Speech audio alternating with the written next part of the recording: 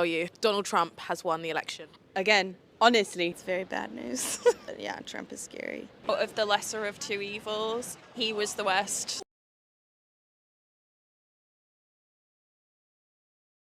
Why are people in the UK crying about Donald Trump being president? A lot of British people do not like Donald Trump. Just when you think things can't get any worse, they say... Hey fam, Gracie here once again. Welcome back to the channel. I am hoping that from wherever you, my people, are watching me from, you are doing alright and God has preserved you and protected you very well. And as always, if you continuously give support to the channel, that really means a lot to me. So thank you so very much for your support. We do have an interesting episode to look at and react on today. And I don't even know where to begin from with this election and Trump drama. You cannot predict if it is starting or it is ending. I mean, we kind of expected the reactions that we have seen with the people in the US. But you know what does not make sense is the kind of reactions that are coming out of the people of the UK and Scotland right now. People are literally breaking down and they're saying these next 4 years are going to be a nightmare. I mean, you'd ask yourself, why would you even care? You are a big sovereign nation. Why would you care about this? But apparently a lot of them are coming out to say that the UK in particular is a puppet. Therefore, if the US drums, they are all going to dance, and therefore this is going to affect them directly or indirectly as well. I mean, it really is very confusing because with how they are taking this personal, people literally crying, people saying that Trump is literally the opposite of every value that the Queen of England stood for. I mean, of all countries, the UK, to even say this, it really is very confusing. And that's why I pose a question to you, my people that are watching me from the UK. What are your take on this? How did you take Trump's win? What were your expectations with this entire election of 2024 in the United States of America? You will definitely put your thoughts in the comment section, but we are going to have to watch this interesting drama and we will definitely come back and talk about it. This is the day after. The day after the United States presidential election. Just when you think things can't get any worse, they say, hold my beer. I really did expect Camilla to win, but, you know, anything is possible in the United States of America. Sanity can go out of the window. Trump has already said he's going to impose tariffs on EU products. We're not a member of the European Union now, so the United Kingdom is now more alone than ever. And they keep saying, oh, special relation, special friend. My personal view is, I've been playing some tunes here. I haven't got It's the End of the World as we know it, but I need to be playing that one. But it is only 4 years, and unless he does what Putin did, change the rules so he can be president forever, 4 years will be the back of him, and hopefully he'll go to prison because that's where he deserves to be. She came in too late and she was already part of a system that they could pick holes in, that the American people could say, yeah, that's true, that's right. But whoever was in, you would have had these problems anyway, a lot of them. And of course, it's all about blaming immigration. They like to do that. They marginalise people. They'll pick a group and they will turn the country against them. Last question. What do you think the next 4 years of Trump presidency is? An absolute disaster for the world.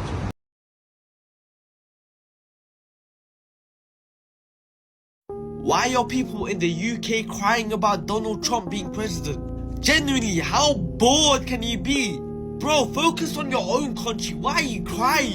Like, genuinely, what did you want from this election? How does it benefit you?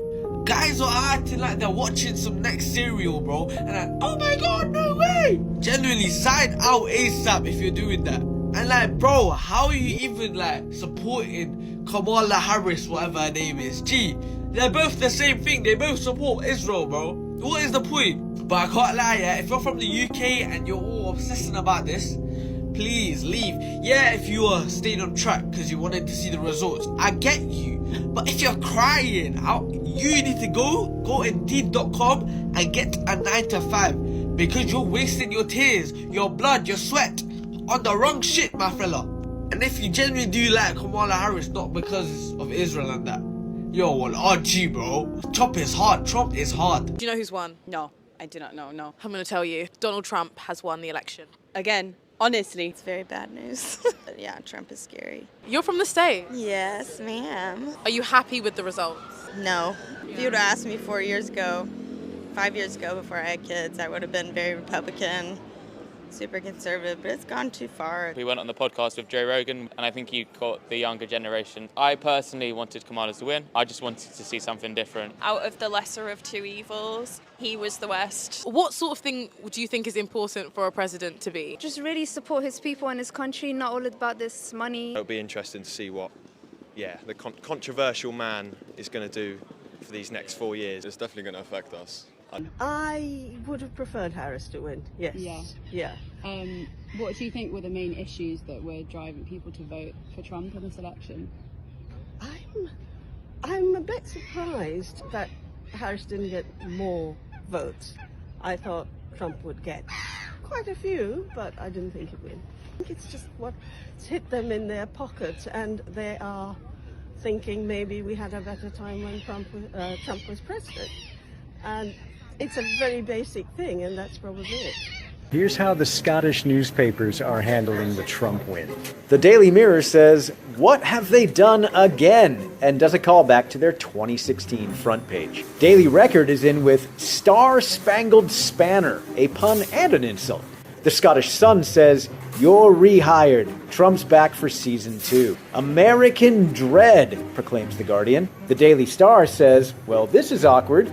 The right-wing Scottish Daily Mail says, "A comeback to trump all comebacks." Landslide, says iNews, but it wasn't actually a landslide. Trump is back, simply says the Financial Times, though the hand gesture is a little telling. He's been shot, convicted of a crime, and branded as a fascist, but he's still the people's choice, says Scottish Daily Express. Edinburgh Evening News just shoves him over to the corner with election success for Trump. And the National has escape route. Huge spike in Google search in the US for "How can I move to Scotland following Trump's victory?" If they wanted to teach you, they would, but they won't, so I will. How Donald Trump becoming the newly elected president of America is going to affect the UK is not an easy question to answer, I don't think, but if I had to guess, I would say that it won't be great. Firstly, because there is already bad blood between the UK Foreign Secretary David Lammy and Donald Trump. Lammy tweeted a load of things about Donald Trump that was less than kind. And honestly, I personally think that all politicians should be banned from having Twitter accounts. Like, why are MPs not held to a higher standard when it comes to professionalism when talking about other nations' political figures online? It's not that I don't agree with Lammy, because I really, really do, but you see the spot he's in now as a foreign secretary? I don't think anything good has ever come from a politician tweeting anything. But aside from the relationship between Donald Trump, Keir Starmer and his cabinet, there are real issues that the UK could face. Simply because the UK will basically follow whatever America do because they can't afford to piss them off. The UK is a puppy, America, the big dog. One of the biggest issues is NATO, aka the North Atlantic Treaty Organization, which, if you're unfamiliar, is basically several countries, including the UK, America, Canada, and 29 others, that formed a group after World War II with the promise that they would protect each other if anyone tried to attack any of them, with the main potential attacker being Russia. During Trump's election campaign, he said that the US would only defend NATO members from a future attack by Russia if they met their spending obligations on defense, which is a target of at least 2% of GDP, which currently 23 of the 32 NATO members have achieved, the UK being one of them. That number was previously 3 out of the 32, but Trump was applying pressure during his last presidency and pushed that number up to where it is now.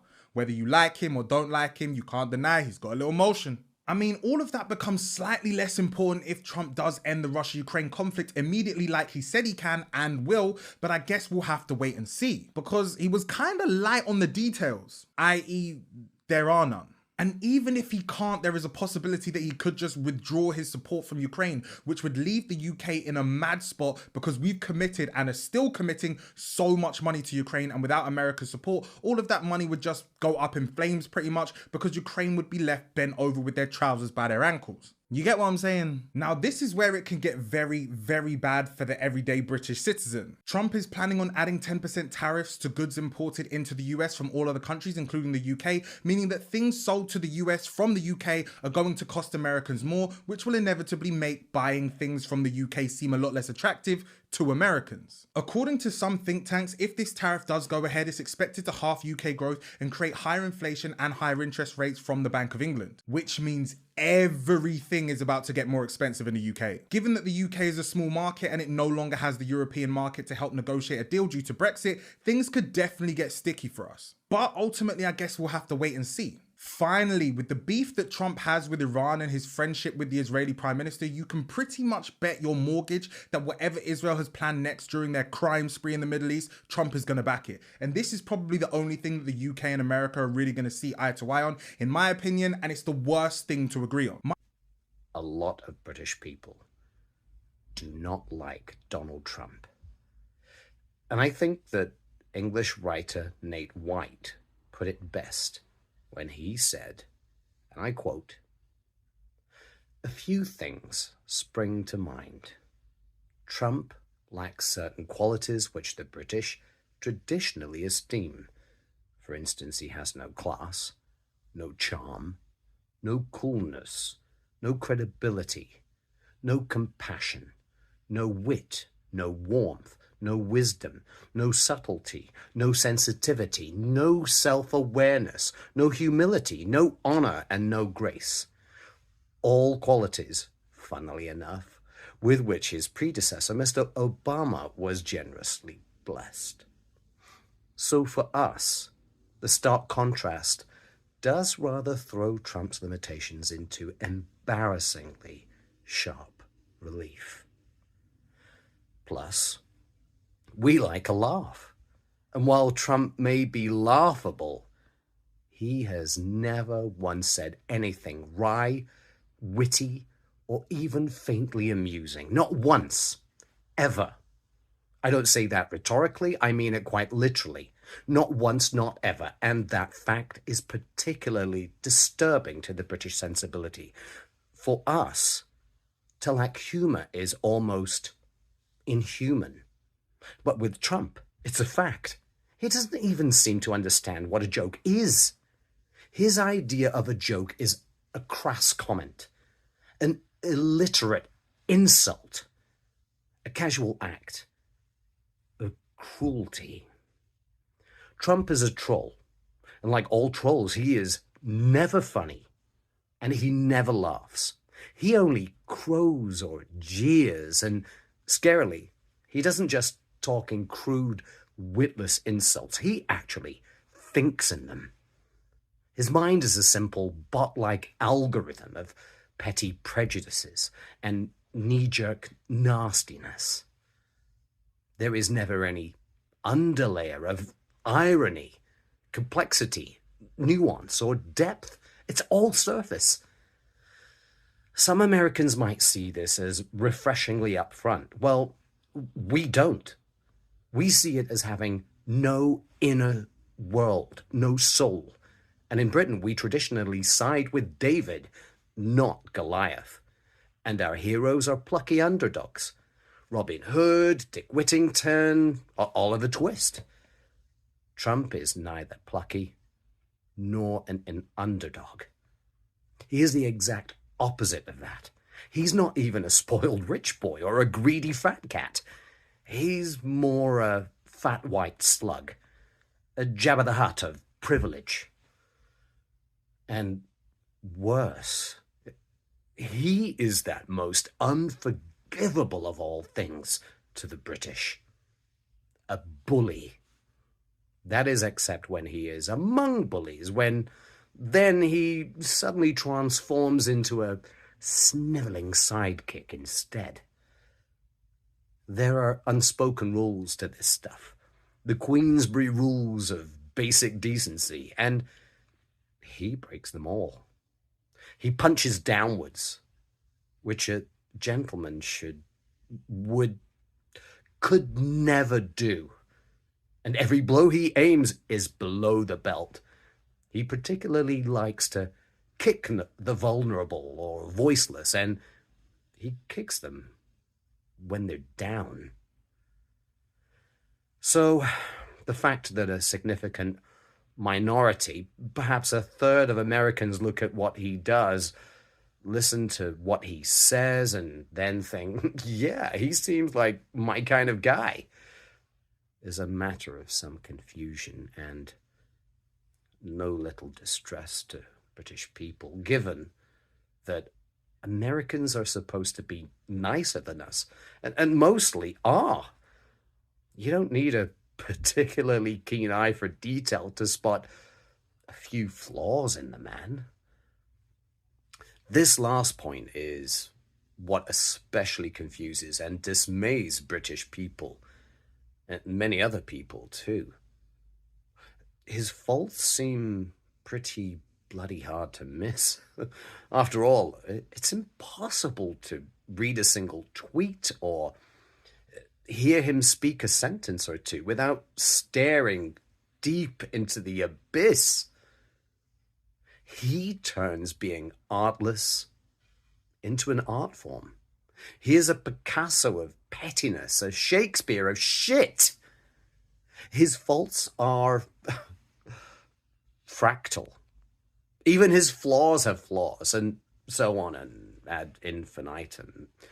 God knows there have always been stupid people in the world, and plenty of nasty people too, but rarely has stupidity been so nasty or nastiness been so stupid. He makes Nixon look trustworthy and George W. look smart. In fact, if Frankenstein decided to make a monster assembled entirely from human flaws, he would make a Trump. And a remorseful Dr. Frankenstein would clutch out big clumpfuls of hair and scream in anguish, "My God, what have I created?" If being a twat was a TV show, Trump would be the boxed set. That was Nate White. I think he hit the nail on the head. The First Minister offered congratulations to the convicted felon Donald Trump on his re-election.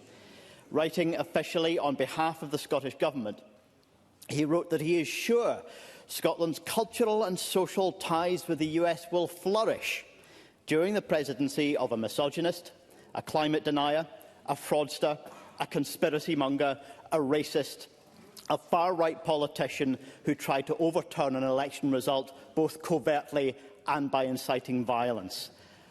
Words fail me. What social and cultural ties does the First Minister really think will benefit from a relationship with such a man? I have a duty as First Minister of Scotland to engage with other governments and to represent the people of Scotland in that process. And as part of that duty, I wrote the letter in question that Mr Harvey cites. I think there are deep cultural, social and economic ties between Scotland and the United States of America.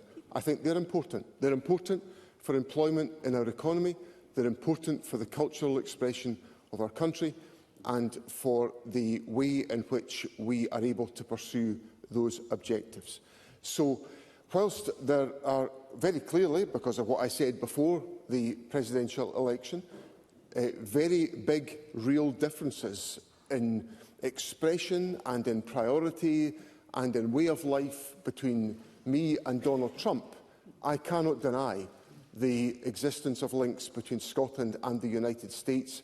This is really, really interesting, and I have seen quite interesting takes from some of the people that I've incorporated in the clips, and I want to hear what you guys have to say. What are your opinions? Do you think that this next 4 years has an impact or an effect on the UK in general? I mean, the US is the US, and whoever gets into office definitely affects the global issues. I mean, the UK is afraid of so many things. If US withdraws, from helping Ukraine, then it's the UK that is going to keep supporting and supporting, and I don't think they can afford to sustain or keep giving. I feel like the government that has been in power in the US has really been contributing and giving money to Ukraine like every other time whenever they ask for money. So I think that is something to worry about.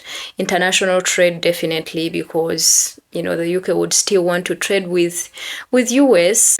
But I also feel like you do have a lot of people that are standing for the same values and rights of women, and they are saying that whatever affects the women in the UK, whatever affects the women in the US definitely is going to affect women all over the world, including the UK. But I mean, there are some things that really does not make sense at all. Of all people, the UK is really worried about how narcissistic Trump is. I mean, this guy carries your DNA, and when you sow seeds, they normally produce fruits, and I feel like some of the fruits that the UK produced, the US in general. So I don't even know, like, you expect him to be nicer because he comes from the UK. I mean, when has the UK ever been nice? I feel like these people, some of them are hypocrites. I don't know.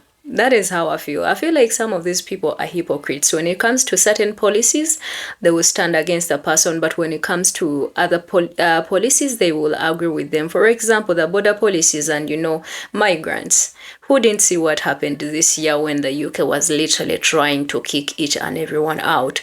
In this same country that was literally trying to push the illegal migrants to a third world country, Rwanda, right? And they was paying them to take their illegal migrants. So I feel like in some things, the UK would have reacted the same way, because I don't see any difference. I mean, there are those that, more open-minded, that would be open to, having a woman be a leader or something like that. But I don't know, honestly. A lot of them have said differently, but there's also a certain demographic of those that are saying, you know what, I think we have to look at things deeply. But people are saying this is gonna be the worst nightmare. I don't know if the illegal migrants that are from the UK, because the thing is, when these whatever policies are talked about, the illegals are always looked at as the black people, the Latinos, the Hispanics, the Mexicans, and all of that. Those are the only people that are seen as, illegals. But you do also have illegals in America that are actually palm colored. So you ask yourself, what about the palm coloreds that are there illegally? Are they going to also be deported? I don't know what the UK is afraid of really that much, but I think it now makes a lot of sense that probably it's really, really a puppet.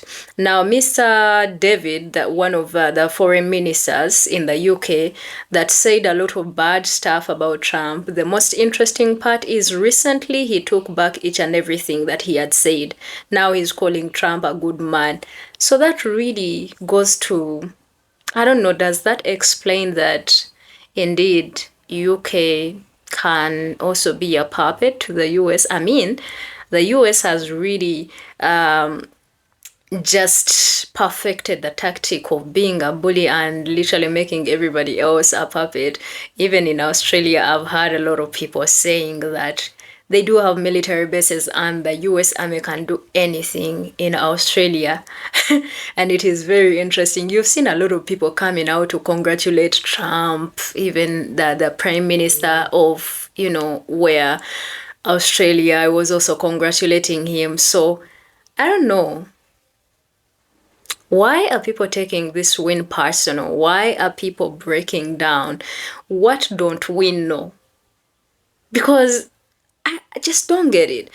Besides, trust me, don't get me wrong, I am not trying to say that I do agree with each and every other policy of his, but I am wondering, is there anything else that we don't know, that we need to know? Because this is affecting people more than, I guess you guys are going to have to let me know I don't know so much about politics. I'm just giving my opinions. What are your thoughts?